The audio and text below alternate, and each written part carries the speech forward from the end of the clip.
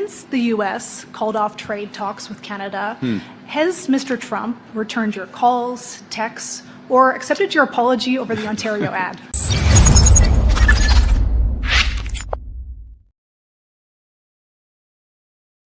My name is Nico Lagan, and I'm too conservative for the conservatives. My co-host Rob Ambrose, not woke enough for the liberals. We are the political orphans. Tonight, Mark Carney tells us that he's too busy making deals to deal with Donald Trump. Gun charges are dropped against Khalistani extremists, and a liberal gun buyback is to go national after Nova Scotia pilot. What is going on, brother?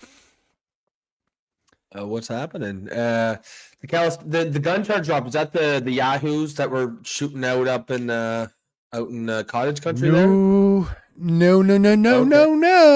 It is not. Those are different people. Different Khalistani gun nuts. Different people. But funny enough, I wanted to bring that back. So thanks for stealing some of my thunder, asshole. Good job. Good job. That's what I do. That's what I do. That's why I get paid the big bucks.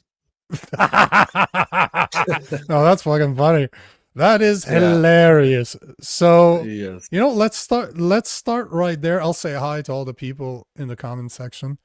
And yes, Pam, I agree. Let's start with this one. Pam is saying that maybe Rob is a bit what? Optimistic? I've never heard that expression before. What does that mean? Is that a typo, or is that a thing? No, knowing Pam, it's not a typo. She's probably calling you gay.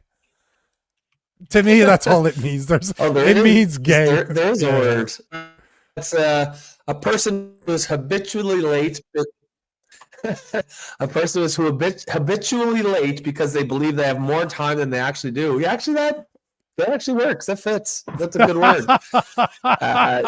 Zing zing. Yeah, up until now, people just call me thoughtless and inconsiderate. So I'll go like, no, I'm a tied optimist. I will say you're just an irresponsible homo. Yeah. What's anything to do with being late? Homos are often selfless homo. No, they're not, because they take their time. They take their time, just like women are often late. Yeah.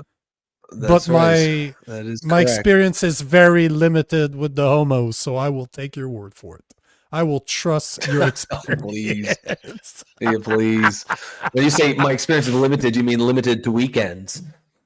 It's limited. I'm French. It's not gay. We're just French. Exactly right. It's not the same. We've been through this. We have been through this many times. Plus, it's only gay if you make eye contact. Get your facts straight. That's right. Come on. That's right. We've been through this. It's unfortunate that I need to repeat myself, but here we are. So let's start with the first video. As you saw, Mark Carney is being smug as shit, as always. You want to smack him in that video, talking about Trump again. Well, yes. Who cares? Who cares? But it looks like he actually does care, because you'll see what just came out not too long before I finished for the show. And we'll also hear what Pierre Poilievre had to say about it. But let's start with the great himself, Mark Carney. Oh, it's muted. He's better when he's muted, but the whole point's to play the video, right? By the way, why is it always muting the video? Screw you, Facebook. Let's do that again. You got it? Yes, I do. Why does it mute? Every time I press play, it mutes it. It knows we should not be playing Mark Carney. Sorry, Facebook. That's the whole point. Called off trade talks with Canada. Has Mr. Trump returned your calls, texts, or accepted your apology over the Ontario ad? He accepted the apology when I spoke to him, and we've had discussions. I've been busy. There's another point, though. I've been busy. We passed a budget with that's going to catalyze $1 trillion of investment. We have launched new trade agreements. We've secured new investment in the country. The trade agreements with us in the room here, Mark? Arguably before. So we're busy. But listen to this. Listen to that part. We have launched that's going to catalyze $1 trillion of a budget. Right There's here. another point, though. I've been busy. We passed a budget with that's going to catalyze $1 trillion of investment. We have launched new trade agreements.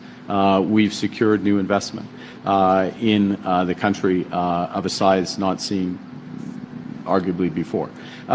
So we're busy. He's got other things to do, and we'll re-engage when it's appropriate. What was the question that was asked again? It was about trade deals, right? Or it was trade about deal with the United States. Have you spoken to Donald Trump? Are you guys dealing on something? Like, can we have an update, please? Because Canadians are fucking wondering. And the way that he responds to those questions about the trade deal with the U.S., that nothing's cooking, and basically Trump probably just told him to go pound sand. He's not talking to him. I love that expression. Basically, go pound sand. Yeah, go pound sand. But yeah, no. But before, hold on. Before you go, listen to this. Before you go, because I got another one. Because, I was saying, I was very curious to see the mental gymnastics that the left would have to make in order to still condone what he's doing. Well, this is what the left is posting, saying that Mark Carney is a great leader, and we are lucky to have him. He is one of the greatest leaders on the world stage. And this is the video that they're talking about.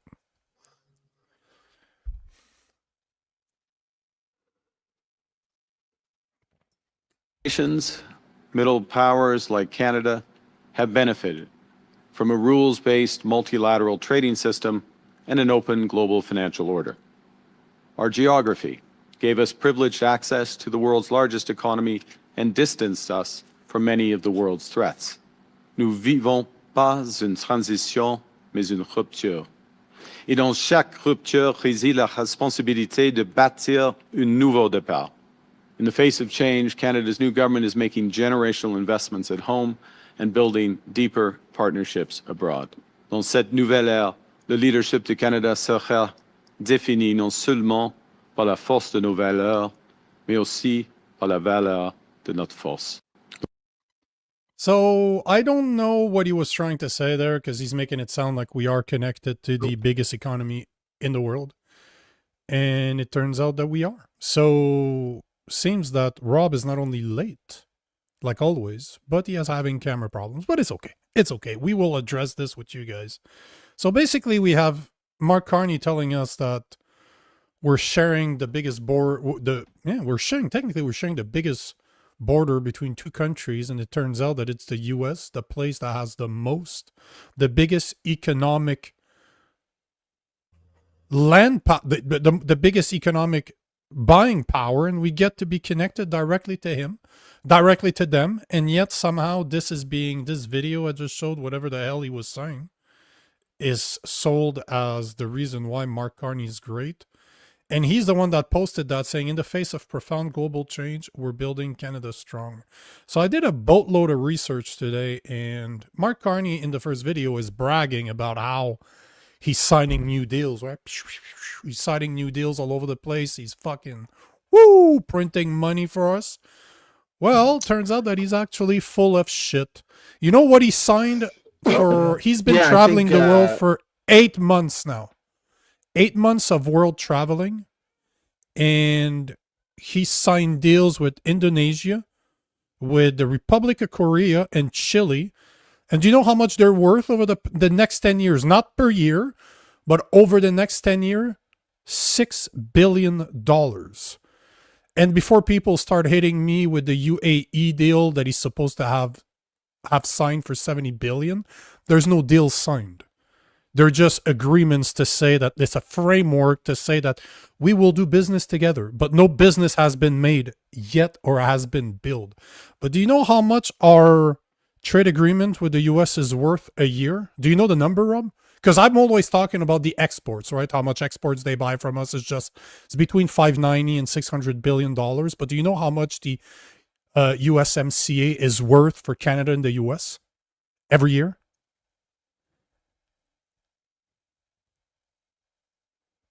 No? Yes? No? Uh-oh. Can you not hear Sorry, me, I Mr. don't know Robbie? if my internet connection is spotty. I didn't hear your last question.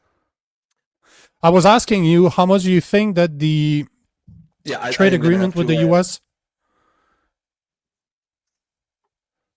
Can you guys hear me? Actually, just correct. Just let me know in the comment Hang if you guys can hear me, or is it Rob that's lagging? Because it seems that right now we are having issues. So is my connection working? Can you guys hear me, or is it Rob that is lagging?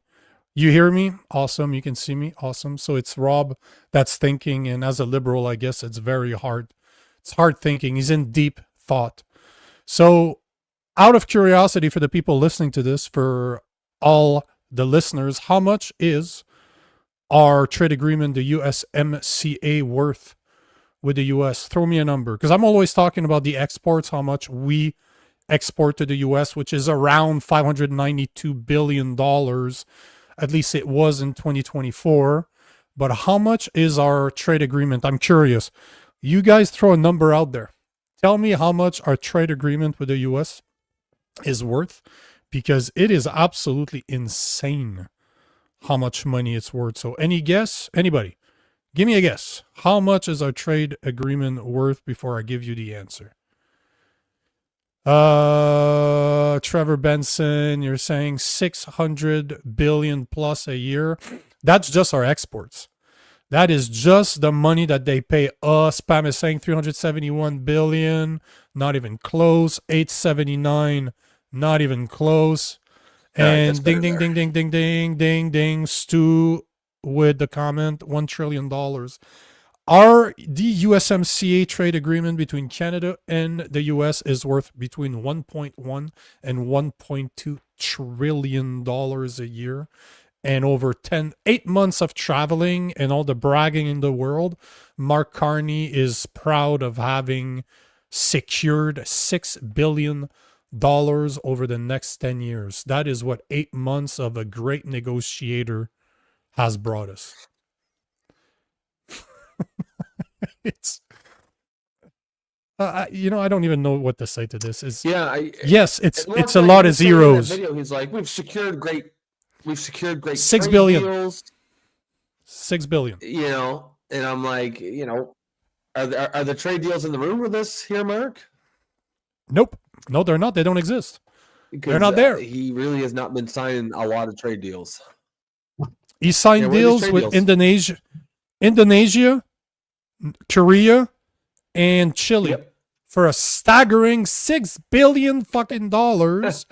And the biggest deal he is bragging about is 70 billions with the UAE, but no deals have been made. They just made a deal to eventually make a deal. They negotiated a framework that hasn't been even approved. So the framework for the deal that he would eventually make has not even been secured, and he's already bragging like, ooh, I signed between 70 and 80 billion dollars. Even if you did, motherfucker, 1.1 trillion dollars a year, because those numbers I'm giving you, the 6 billion and the potential 70 billion, is over 10 years. So he's nowhere close, but yet he's bragging about that like he's doing the best thing, like he's doing us a favor, because he's saying that he will double our exports to the world.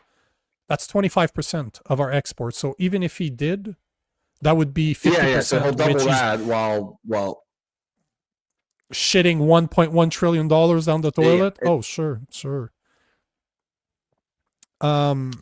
Here is it's crazy. Yeah, it's and somehow the liberals are defending this. All the ministers are posting, ooh, we are securing deals after deals. Yeah, no, you're not. You signed 3 deals since April. 3! And that guy's a great negotiator. Get the fuck out of here. Here is, we'll listen to this just because we can. Here is what Mr. Pierre Poilievre had to say about this. Since he took office, not only has he failed to get the promised deal, but American tariffs on aluminum, autos, and steel have doubled. On forestry communities, they have tripled. The Prime Minister says, who cares? All of us on this side of the House care about the communities that are being emptied out in our forestry, the steel workers in Hamilton who don't have jobs to pay their mortgages. We care about those people. Why doesn't he? It's funny. Did you notice he never really uses numbers? I don't know if it's too hard to remember. Because imagine instead of saying that, he would say, Mark Carney has secured $6 billion of investment over the next 10 years while traveling for 8 months. Yet he could have simply gone to Washington every single fucking day to make sure that we secure $1.1 to $1.2 trillion of business with the US, the biggest economy in the world, our biggest ally. Done, mic drop, we're done, go back home. Yeah, it's not hard. It's not rocket science. You know, you like if we didn't have this sort of trading relationship with the United States, we would be desperately trying to get it, right? So now that we have it, why keep it? Why not spend some energy to keep it? Spend some effort, put some effort into keeping it. Every single country on the planet would drool. A $1.1 trillion deal with the biggest economy in the world, and you're sharing the biggest border between two countries in the world. We have all the advantages, and yet we're not taking advantage of it.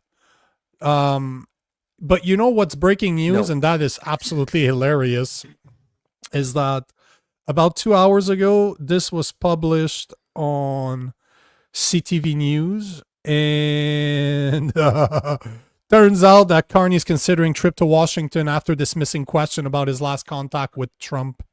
Less than 48 hours after the Prime Minister, Mark Carney, dismissed a question about when he had last spoken with the U.S., President Donald Trump, a federal government source, has confirmed to CTV News that he is considering a trip to Washington next week.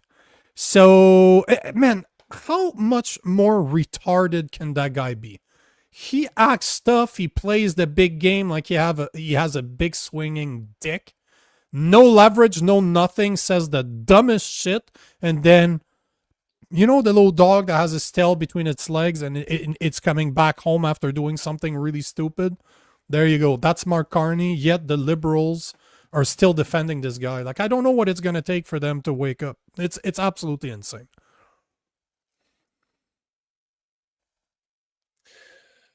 I mean, yeah, like he clearly he's going to get some benefit of the doubt from liberals for sure.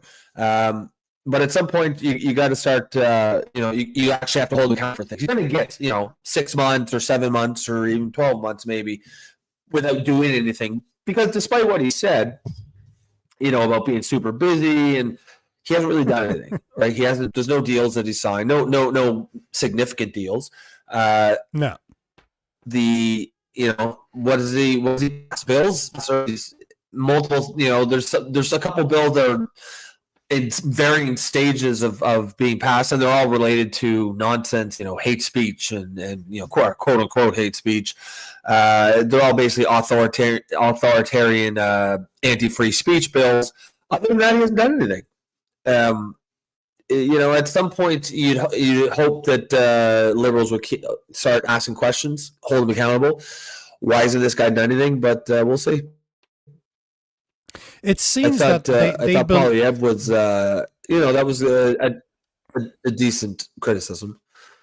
Basically, what we were talking about yesterday. Again, the who cares thing. Polyev seemed to latch on to that. Yeah, but at the same time, he had the power to take down this government, chose not to. So I'm more showing what Polyev has to say about it as just comical relief, because to me, it's just he's a clown. He likes to talk, but he doesn't do much. So it is what it is, right? We are, as much as I believe that this is bread and circuses, I always keep in mind what Denzel Washington said years ago. If you don't listen to the news, you're uninformed. If you do listen to the news, you're misinformed. So I try to listen to the news and do a shit ton of research. But hey, we're just looking stupid. As Canadian, we are looking so stupid. I have to reach out to some of my American friends to see what they're being told. Like, do they follow what's going on to see how ridiculous we are? Or did they just stop? Like, just, you know what? I think we're done. I think we're just done and Canada's screwed. We're just going to stop listening to whatever comes Well, I out. mean, I don't think Canada's any more ridiculous than any Western country right now. They're all ridiculous. I think this is the norm. There's a whole lot of just put in the wrong direction all across the West right now. And I think if you're the type to follow, I mean, I don't think too many Americans follow foreign politics anyway, certainly not Canadian politics. But if you do, you're probably wondering why the fuck the entire West is going in the wrong direction. And they're all aligned, right? It really just looks like all issues the West. like immigration. Yep. Yeah, exactly. Yep. Yeah. So let's take some of the comments. Did you see some comments that you wanted to take in there that unless they're even the ones that are making fun of you? 'Cause those are always good too. Yeah, there was a couple there. Yeah, I know. I know I'm a little bit lagging tonight. I don't know what the fuck is wrong with my internet, but we definitely need to take one. Stu Thompson, $5 tip. Thank you, sir. He says, "Who cares? We're busy. Fuck you, laid off workers." Basically, obviously, mimicking Carney. Yeah, that's not a good look. It seems like a lot of people really latched onto that. We talked about it a lot in the show yesterday. Polyev is talking about it, but a lot of people are saying, of course we care. Like, that's what an arrogant way to address a comment or to respond to a comment that people are curious about. All done on purpose. Pam says Mexico has now more trade than us. Is that with the U.S.? Mexico trades more with the U.S. than we do. Is that? I'm gonna check. Is that what Pam means here? Yeah, that can't be right. Can it? That would be crazy. I'm gonna ask. Hold on. I'm gonna check how much. Take another comment if you want. I will. Yeah. I will check how much it's worth. Actually, Claire, 935. So on our side, it was worth something like over $1.1 trillion. In Mexico, the U.S. goods and services trade with Mexico in 2024 was worth an estimated $335 billion. So considering the natural resources that we have, we're just 1.7 billion. We're just a few billion over Mexico. Like, what the fuck do they export to the U.S. like drugs and shit? Like, that's crazy. Fuck. Yeah. Yep. Yeah, because I don't think drugs are factored in there. I don't think they're even counting the drugs. Claire Rupatai says Carney didn't want to negotiate with Trump. It was elbows up. Yeah, exactly right. That's and I think there's valid criticism of that. That's where the criticism lies with that strategy. Because I mean, I'm even willing to give him probably more grace than you are or some of the viewers here. If you want to use that as an election strategy, okay, sure. Politics is a dirty game, right? You say whatever it takes to get elected. But once you get elected, then you pivot to reality, right? You can't keep going with the nonsense. And that was a huge unforced error on Carney's part. He's talking about this in that video. You showed this rupture with the United States. But you certainly played a role in this rupture, Mark. Like, you have a huge role to play in this rupture. Clearly, like, obviously, say Donald Trump, if you want, like just to play devil's advocate, be fair all around. Yes, certainly Donald Trump had a role to play in as well, but there's nothing we can do about that, right? Donald Trump is going to do what Donald Trump's going to do, and we can only respond to that because they are the big swinging dick. They're the big cheese right now, and basically, Trump served to Mark Carney, and Carney fumbled it. Carney didn't have to go elbows up. And I know that people are like, oh, well, you just wanted to bend over and take it. No, Yeah. But you have to recognize who holds the leverage, the power, and you have to act. You have to act accordingly. 8 months of He acted. He had 8 months of this up our sleeve, and we don't. We do not have an ace. Our ace up the sleeve is the United States. That's what our ace is. 8 months of traveling the world at our expense and trying to make deals have brought us $6 billion. 1.1 trillion. That is trillion with a T that we have already with the US that we just need to make better to try to deal with the tariffs as much as we can.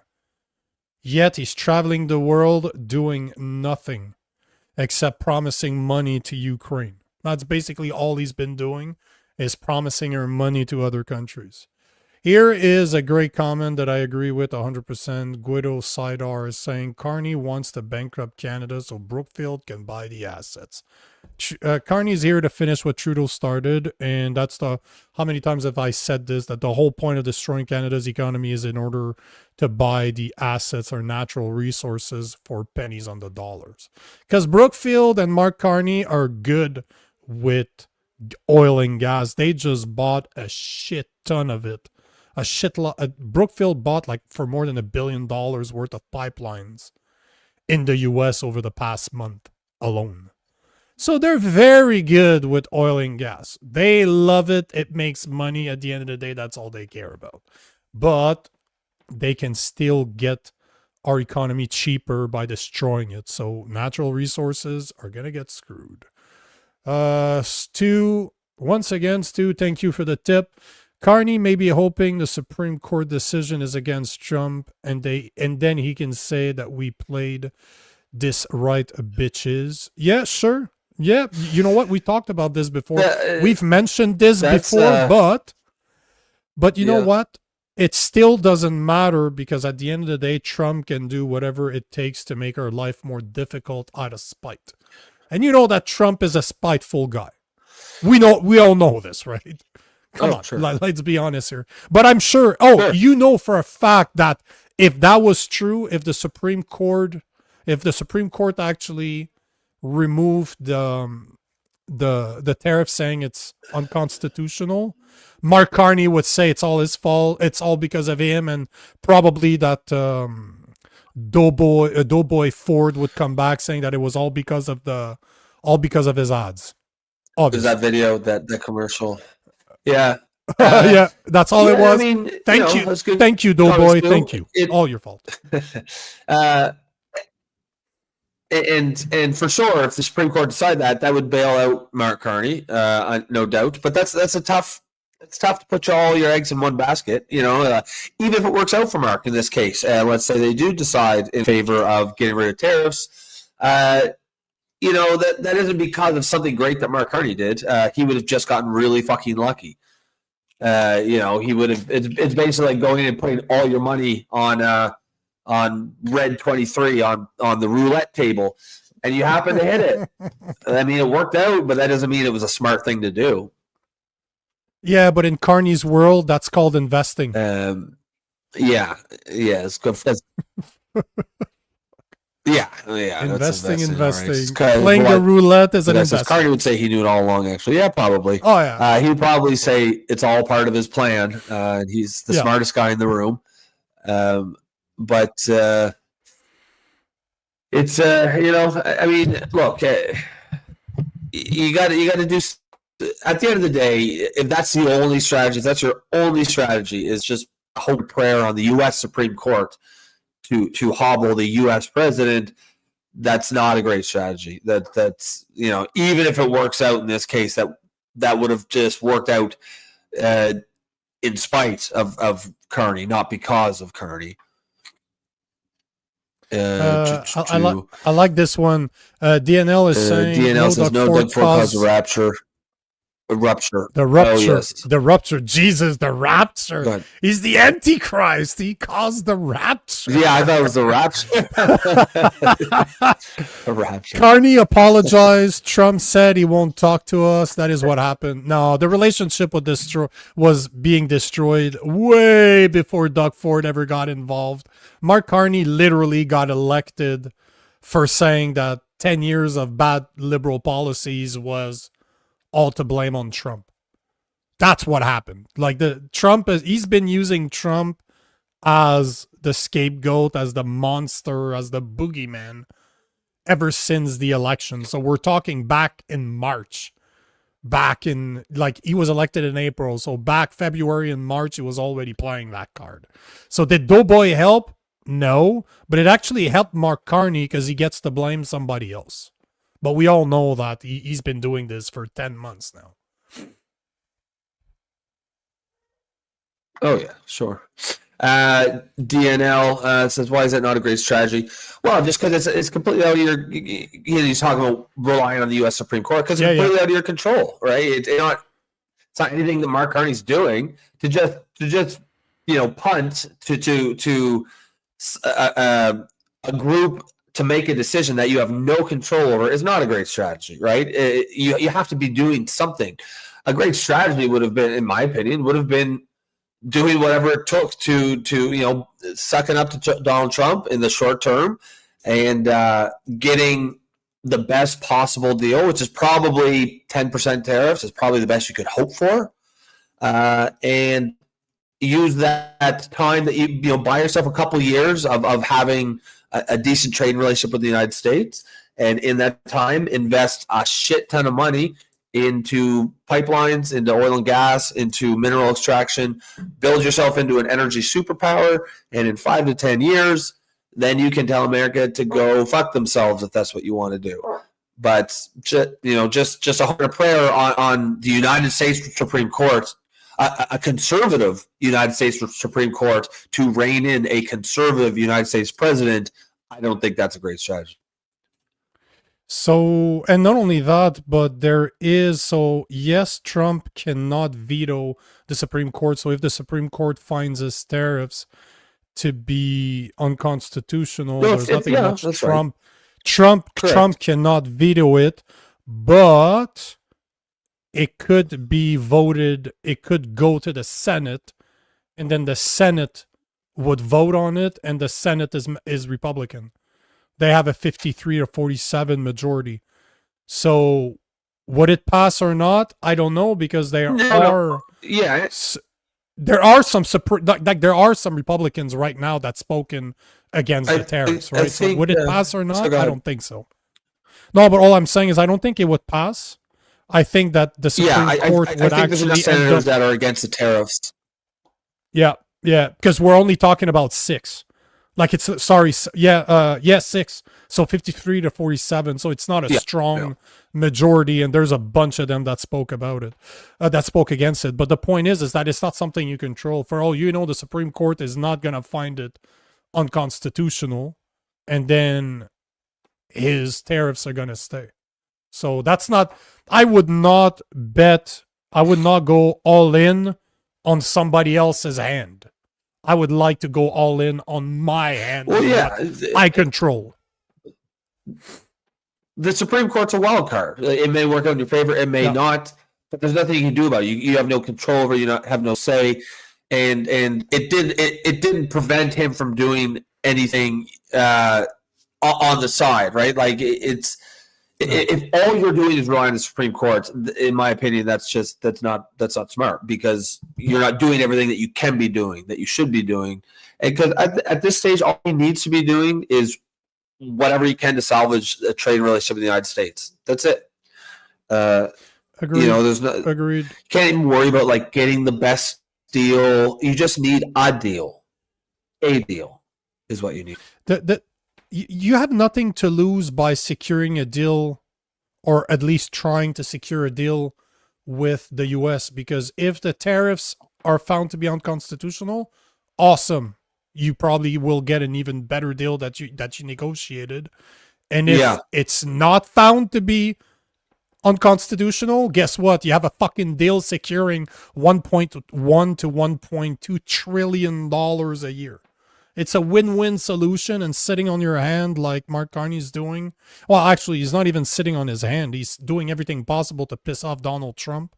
So, yeah, no, it's such a dumb move. It is not intelligent whatsoever. Before I forget, Yeah. Tonight's episode of The Political Orphans is sponsored by Gabble, the world's first live debate app on the market. You can choose to sit and watch, or if you have the balls, you can jump and debate others. I was on the app again today, and it was freaking hilarious. Because there's young people on there debating 22-year-old talking about life experience is fucking hilarious, by the way. And funny enough, two of the guys I debated at the end, they're like, hey man, by the way, I follow you on Instagram. Love your shit. I'm like, oh shit, that's actually funny. So if you want to see debates or you want to participate in debate, download Gabble. It's all about civil discourse, just like we do here.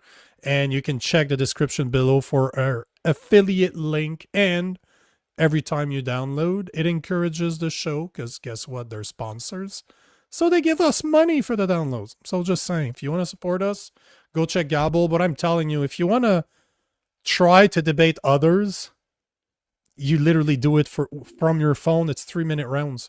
They have a bunch of subjects. Like today they were talking about, like, let's say, should tips be banned and instead just have a fixed salary? Of course, youngsters are like, yeah, we need fixed salary. Myself, I'm like, no, I like incentive. I'd much rather get $7 an hour knowing that I can make $400 or $500 a night, depending where you work, right? It's incentive. So, yeah, you guys should try it. I enjoy it. You guys should try it. Yeah, that's it. So, what was the question? Should tips be banned? Yeah. One of them, like, they have like 10 to 15 questions that you can jump in, and one of them was about vaccination that I absolutely love debating that. Like, should vaccination be mandatory for airplanes, for air travel? So they have a bunch. Like, they have politics, they have culture, they have a bunch of stuff. You'll find somebody you have an opinion on that you can defend. So Gabble. Great Nice. platform. Cool. Yep. Yeah. Let's jump into the second story. 40 minutes in, not bad at all.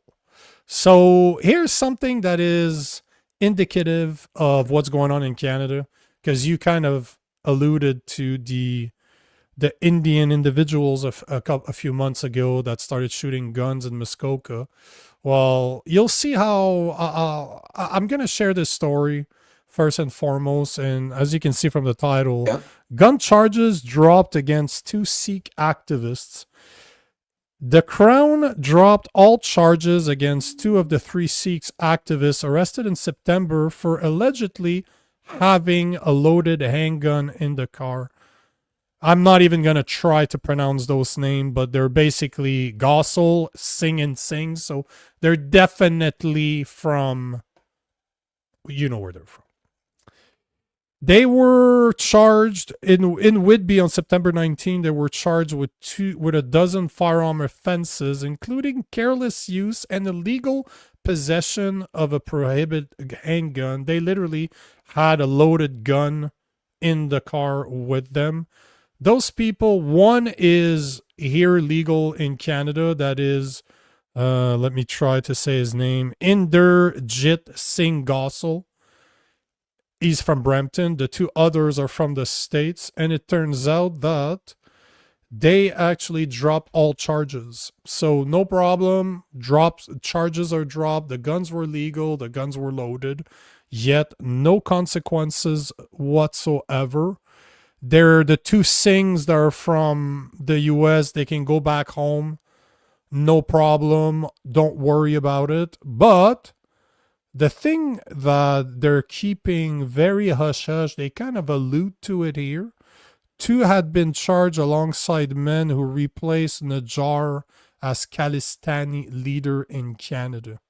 So that's the part to pay attention to. So one of the 3 guys, the guy that you saw the picture of, is the Khalistani leader here in Canada, and he was caught with a loaded handgun, and there were 12 different charges for prohibited gun possession.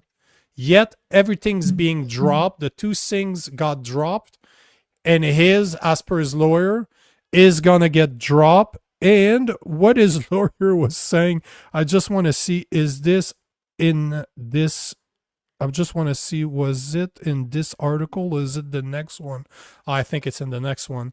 But basically, they're saying that it was somehow race related.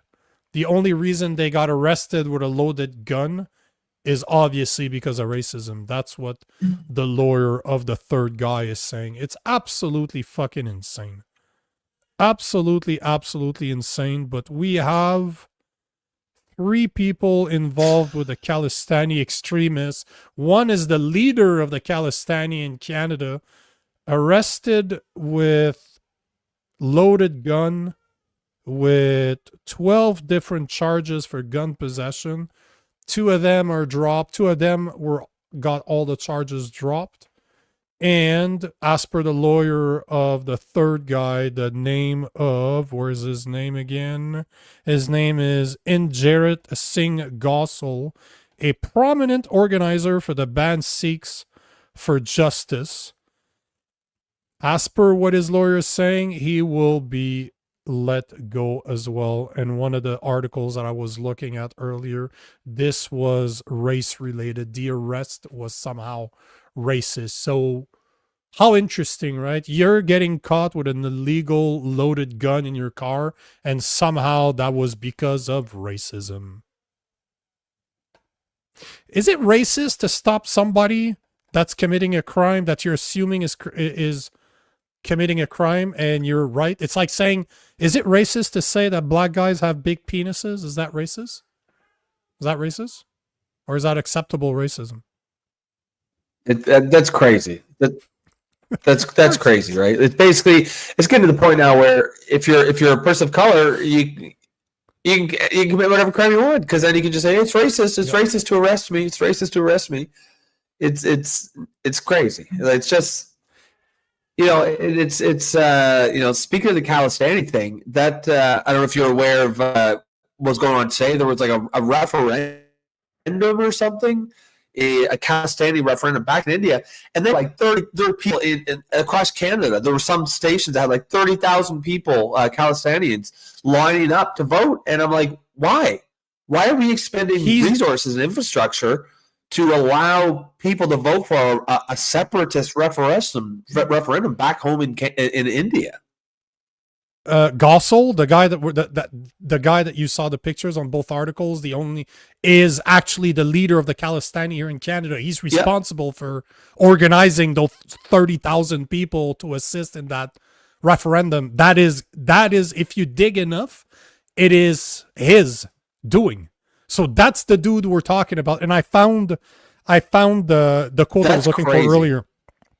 But listen to this. Charges dropped November 21st, 2025. The Crown withdrew all charges against Jagdeep and Harman Singh, citing insufficient evidence for procedural issues, but they caught them with a loaded gun, so it's inefficient, right? And Gosal's charge remain active. He's out on bail and has a court date pending. His lawyer expects the case against him to weaken or drop soon, calling the arrest politically motivated. You're talking about a dude. I don't even know how that guy's in fucking Canada. How are we allowing the Khalistani leader in Canada? Like, what the fuck? How's that guy not being deported? Why is he here? This is insane. This is absolutely fucking insane. But like you said earlier, this is a tendency that we have now in Canada. You remember the Indian guys? You were talking about it earlier. The Indian guys that recorded themselves shooting guns in Muskoka and posted it on social media. That story that I just talked about, I'm like, oh shit, maybe I should go check if there's been development. You know that there hasn't been any development in that story since September 3rd. That's more than 2 months ago. There's one guy that got arrested. It's the dude that recorded the whole thing and posted it on social media that had his license plate as part of one of the videos. So the 24-year-old man from Brampton, Ontario was arrested and charged with 2 counts of careless use of firearm. Police seized his firearm in possession and acquisition. So the guy owned those guns.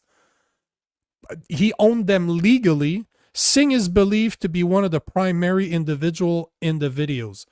None of the 7 other guys were arrested, were charged with anything. That guy got 2 counts of careless use of a firearm. Are you fucking kidding me? You know that guy, if those guys were white, they'd be in fucking prison by now. That's crazy. And do you remember the other story I shared a couple of weeks ago about a guy by the name of Jesse Garlow? Do you remember that guy, the 40-year-old Mohawk man that was caught driving with a loaded, modified, illegal firearm and a flamethrower in his car? Even when he got caught, he had a crack pipe on his lap. And then Court Justice Brenda Green handed down a suspended sentence, no additional jail time, with a credit of 285 days pre-sentence custody, citing that Garlow's case as a shocking example of the detrimental impact of colonialism, intergenerational trauma, and the attempted cultural genocide through residential schools. So you got the leader of the Khalistani in Canada that's about to get all of the charges dropped for driving around with a loaded gun. You got a bunch of fucking idiots in Muskoka that are shooting guns illegally. They could have killed somebody because people live around there. No consequences whatsoever. And then you have this native guy by the name of Jesse Garlow, the whitest name in the history of white names after John Smith. And he's getting released because of colonialism, intergenerational trauma, and the attempted cultural genocide because of residential schools. This is fucking Canada for you. How fucking insane have we become? That's fucking crazy. That's crazy. So, yeah, you're basically rules and laws don't apply to you because of something bad that happened to someone 100 years ago or 50 years ago or whatever. Even if it was yesterday, it doesn't do with that person. You know what I mean? That, like, we're all responsible for our actions. Period. I don't care about your fucking intergenerational trauma. Do we get to claim that?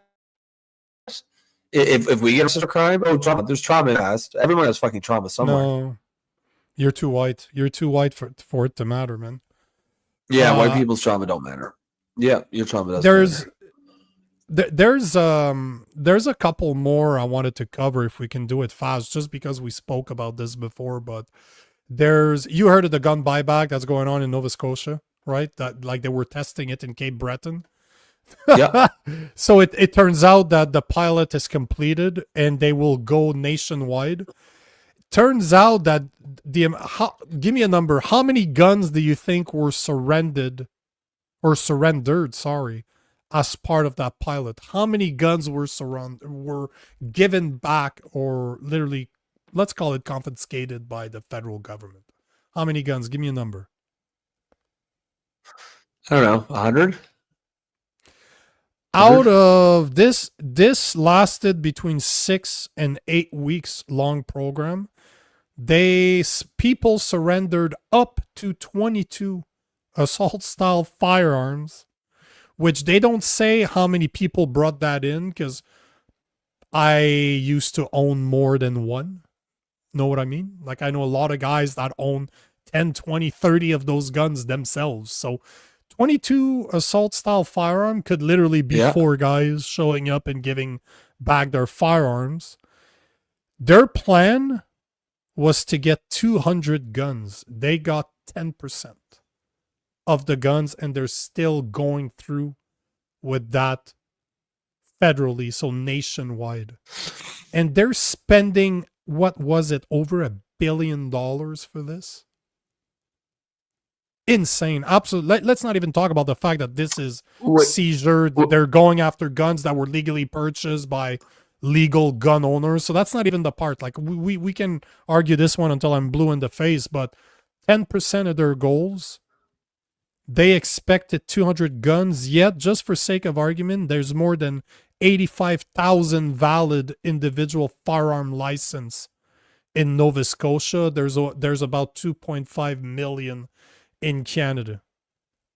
That tells you how people are tired of this fucking government.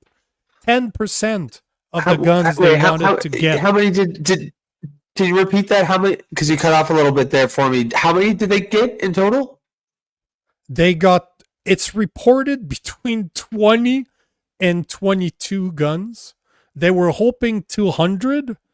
And in the province of Nova Scotia, there is 85,000 valid individual firearm licenses, and something like 25,000 of them have a restricted firearm license, which would have allowed them to buy assault, air quotes, style firearms legally. So 22 guns out of more than 25,000 people with a restricted license. That's how many guns they were able to get. Sure, it's just for Cape Breton, blah, blah, blah, blah, blah, blah, blah. But it's not like that province that is that massive. Let's be real here for a second. So it's absolutely insane how this is all bullshit. This is all fucking bullshit, and it's going to cost money of the taxpayers. And I hope that it goes 10% over Canada, that this is the trend, just so that people can voice their opinion, because that talks loudly. If they go Canada-wide and they're only able to get 10% of what they know of the firearms that are out there, that is a massive fuck you to the federal government, and I really hope it happens. Because I can tell you, I ain't giving my guns back. They can go fuck themselves. They're mine. Fuck you. I'm not giving them back. So I hope a lot of Canadians out there do the exact same thing.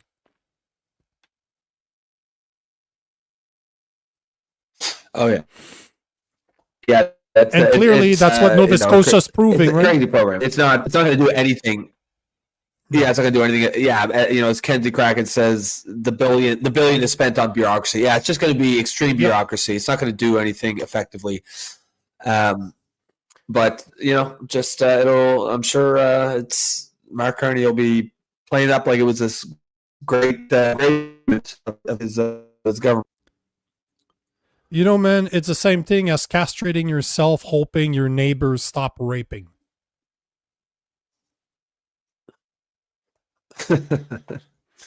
Yeah, it's not going to work. No, not going to fly, brother. No. Here's I found this story, and I knew this one would actually probably piss you off. Although we've been talking about this, it just seems that you're quite interested in this story. So here's something that's, I only found this on National Post. They seem to be the only one talking about it, at least right now they are. So here's a story that the National Post is reporting. Untreated, how do you pronounce this? Untreated? Oh wow. No, it's not untreated. It's untreated. Land untreated. Yeah, untreated land. So untreated land in Quebec, New Brunswick, PEI, in Newfoundland could follow suit of the Cowichan decision in Richmond, BC. So remember we talked about the 8,000 square kilometers from Jean-Guy White Rabbit. So basically that dude wants literally half of Gatineau. Like they're talking about it somewhere in the article. So they're talking about Kamloops. We talked about Kamloops. So that's going on. They want 12,543 square kilometers around Kamloops. But now it's going other places in the east. So much of Gatineau, Quebec. They're literally, Jean-Guy is looking for 8,000 square kilometers around the Gatineau River. I don't know if you knew this. I didn't know that, but half of New Brunswick is also being gone after by a collective. Yeah, no, I didn't know that either.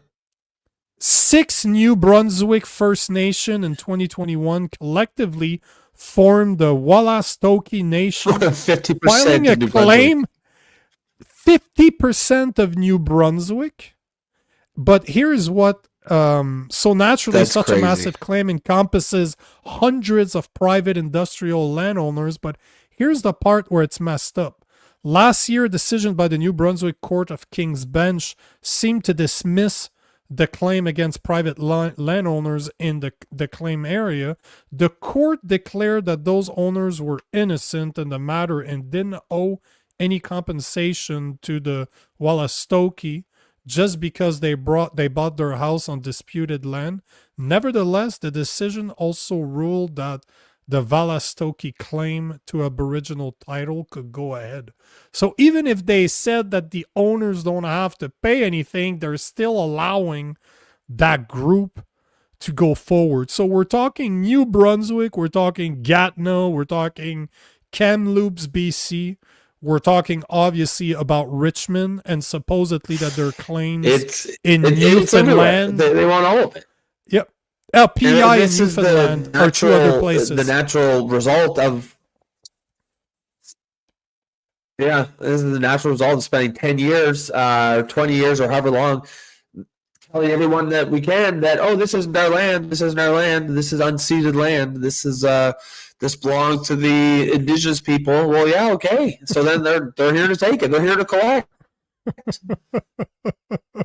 It's garbage. Man. It's just insane. But that's the door you open, right? You showed people in Richmond that it was possible for them to get it. Oh, yeah. And now people are going to try, because what do they have to lose? Nothing. I wouldn't be even surprised if the lawsuits, if them making those claims is somehow covered by Canadian taxpayers because they're natives. So probably that colonialism and generational racism. They're probably paying for the lawsuits against us. Oh, of course we are. Taxpayers are paying again for the lawsuit against them. It's conquered land, motherfuckers. It belongs to the conquered. To the conqueror. The conquered, they need to shut the hell up and accept that they're part of a new country. Sorry. That's how the world works. Not that fucking complicated to understand, but that's a reality. Yeah, exactly. What do you think? You want to put a pin in her? Yep. The only thing I want to say, though, before we do, I was talking to Chris Barber today. So I don't know if you guys remember this, but his sentencing for Big Red is taking place on Wednesday.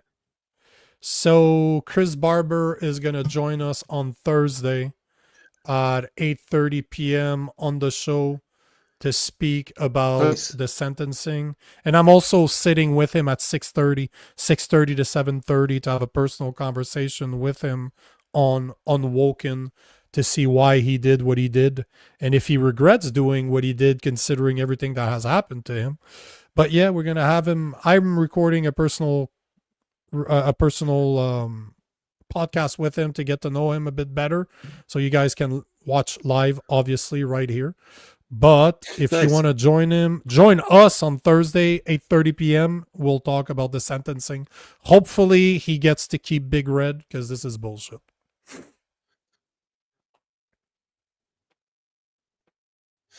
Yeah, that'll be a good watch. All right, guys, I'm going to pin it there for the next excellent show. Sort of laggy. Hopefully, I'm sure my internet will be sort of tomorrow, but we'll be back at her. Thank you for excellent comments here. Take guys, if you're new joining us, you can support. Please consider a member through YouTube for the low price of $2.99 per month. You can also support us by buying coffee, which you can see in the upper right corner. There's a QR code, and you can support us that way. Thanks again to Stu for giving us a couple tips there tonight. Other than that, folks, we will catch you tomorrow night, same time, same channel. Peace. Peace.